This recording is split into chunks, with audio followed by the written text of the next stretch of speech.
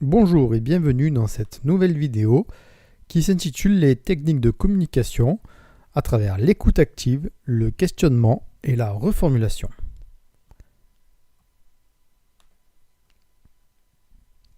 Alors, quels sont les objectifs de cette vidéo? Les objectifs sont les suivants. Identifier les techniques de communication et indiquer les intérêts de chacune des techniques de communication. Nous allons tout d'abord commencer par l'écoute active. Alors, l'écoute active, c'est quoi?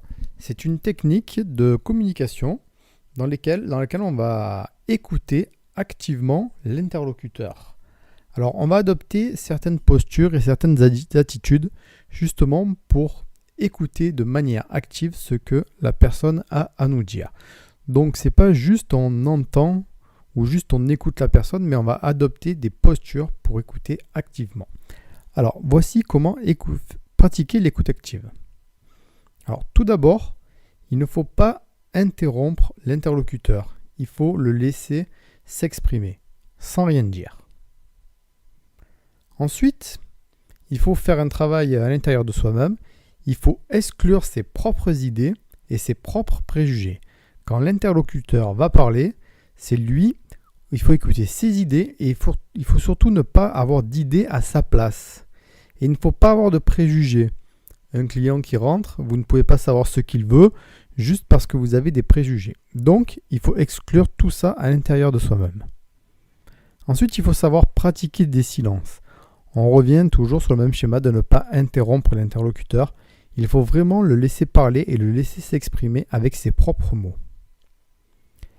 Il faut être disponible et regarder son interlocuteur. Alors, ceci dans le but de montrer que l'on a de l'intérêt pour ce que dit l'interlocuteur. Ne pas hésiter à ponctuer les phrases de quelques oui, d'accord, tout à fait, histoire de montrer qu'on a vraiment de l'intérêt pour ce que nous dit l'interlocuteur. Ensuite, il faut savoir rester neutre. Donc ça rejoint aussi exclure ses propres idées, ses préjugés.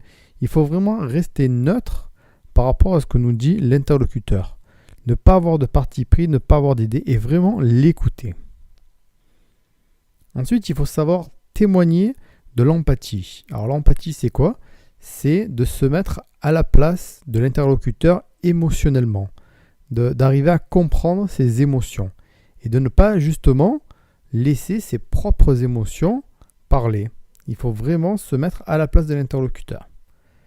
Ensuite, l'inciter à préciser ce qu'il dit. Peut-être dire des choses de manière assez floue, essayer de voir pour que ce soit de plus en plus précis. Voilà. Et surtout, donc important, comme on l'a dit, rester neutre et bienveillant. Donc, quel est l'intérêt de l'écoute active? C'est vraiment de comprendre ce que veut l'interlocuteur. Donc, dans la vente, c'est très important parce qu'on va pouvoir écouter notre client et vraiment répondre à ses besoins. Et ne pas tomber dans le piège de vendre nos propres besoins au client. Le client n'est pas là pour acheter ce que l'on veut nous, mais il est là pour acheter ce qu'il veut lui. Et réussir une vente passe par une phase d'écoute active pour vraiment comprendre ce que veut le client et ce qu'il veut lui, pas nous. Alors en plus de l'écoute active, la deuxième technique que l'on va voir, c'est le questionnement. Donc le questionnement, ça va être pour but d'aiguiller le client, de le mener un petit peu dans un endroit où il va pouvoir préciser ses idées. Donc il existe 3 types de questionnement en communication. Il existe tout d'abord les questions ouvertes, les questions fermées et les questions alternatives. Donc dans un premier temps, nous allons parler des questions ouvertes. Donc les questions ouvertes, c'est tout simplement une question dans laquelle l'interlocuteur a le choix d'exprimer sa réponse avec ses propres mots. Donc par exemple, on peut demander au client quelle est votre couleur préférée. Donc le client a le choix de la réponse. Il peut dire le mot qu'il veut, il peut dire j'aime le rouge, j'aime le bleu, etc., etc. Il peut vraiment choisir la réponse qu'il veut. Ensuite, nous avons les questions fermées. Dans les questions fermées, la réponse attendue est soit oui, soit non. Donc, vous verrez souvent qu'il est plus facile de poser des questions fermées que des questions ouvertes. Mais voilà, avez-vous besoin d'aide? Donc là, ici, le client n'a que deux choix. Il peut répondre par oui ou par non. Aimez-vous notre nouveau produit? Oui ou non? Voilà, c'est ce genre de questions où on attend seulement une des deux réponses. Et enfin, la question alternative. Alors celle-ci, elle permet un petit peu d'aiguiller, de diriger le client. Donc la réponse attendue, c'est l'un des choix, mais qui se situe dans la question. Par exemple, préférez-vous le café en grains ou le café lyophilisé? Donc on donne deux choix. Alors on peut donner plusieurs choix, mais on donne des choix dans la question. Et le client est obligé de répondre par l'un des choix qu'il y a dans la question. Alors cette technique-là, des fois, on peut un petit peu manipuler le client. Par exemple, on peut lui poser une question en lui disant, bon, très bien, nous allons convenir d'un rendez-vous, voulez-vous le prendre maintenant ou je vous rappelle ce soir? En fait, dans cet exemple-là, on peut essayer donc de manipuler le client en lui donnant que deux choix. On prend rendez-vous maintenant ou on l'appelle ce soir. Le client va répondre un des deux choix. En réalité, le client peut répondre ce qu'il a envie, mais à travers la question, on le guide un petit peu sur les deux choix. Donc voici trois outils à utiliser. Question ouverte, question fermée, question alternative. Donc l'intérêt est de pouvoir faire préciser au client ce qu'il veut. Donc dans des questions fermées, il n'y aura que deux réponses, oui ou non. Ce sera donc plus facile. Alors les questions fermées sont plus faciles à trouver pour aiguiller le client. Ensuite, les questions ouvertes. Les questions ouvertes permettent d'ouvrir à n'importe quelle réponse.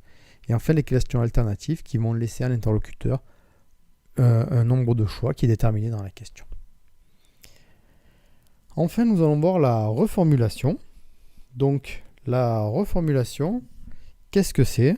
C'est tout simplement, à la fin une fois que le client nous aura parlé et fait part de ses besoins, on va vérifier si on a bien compris. Donc, on va reformuler. Alors, tout d'abord, c'est comment est-ce qu'on reformule?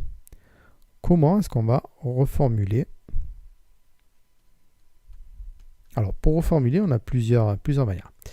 Tout d'abord, c'est répéter les derniers mots de la phrase. Donc, le client vous dit, voilà, j'aimerais acheter une cafetière qui soit programmable. Donc, vous répétez à la fin, donc vous voulez une cafetière qui est programmable. On reprend les termes qui ont été énoncés par le client.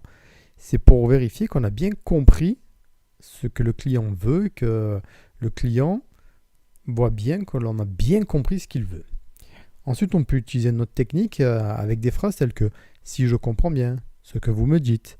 Donc toujours dans l'exemple de la cafetière, si je comprends bien, vous voulez une cafetière où l'on peut régler l'horloge pour pouvoir déclencher automatiquement le café le lendemain matin. Donc on ne va pas utiliser les mêmes termes, mais on va utiliser donc des petites phrases, si je comprends bien ce que vous me dites, etc., etc. Il y a plusieurs autres phrases. Et enfin, on peut recréer la phrase énoncée, mais avec des synonymes, c'est-à-dire avec d'autres mots. Donc, si je comprends bien, vous voulez que le matin, votre boisson chaude, le café, soit en grains et que votre cafetière puisse être réglée à l'avance. Voilà. Donc tout ça, pareil, quel est l'intérêt? Pourquoi est-ce qu'on reformule? Donc nous allons revoir les points. Pourquoi reformuler? Donc on reformule pour éviter les quiproquos. Donc les quiproquos, c'est des situations où on ne se comprend pas, où les deux personnes comprennent deux choses complètement différentes. On reformule pour éviter un conflit non intentionnel. On reformule parce que des fois, quand deux personnes ne se comprennent pas et qu'elles n'ont pas pris la peine de vérifier et de comprendre ce que l'autre a dit, cela peut engendrer des conflits. Et enfin, on reformule pour amener l'interlocuteur à exprimer ses véritables intentions. Il se peut que des fois, on reformule et que l'interlocuteur s'aperçoive qu'il n'a pas exprimé vraiment ce qu'il voulait, donc il va reprendre, il va pouvoir peut-être mieux l'exprimer.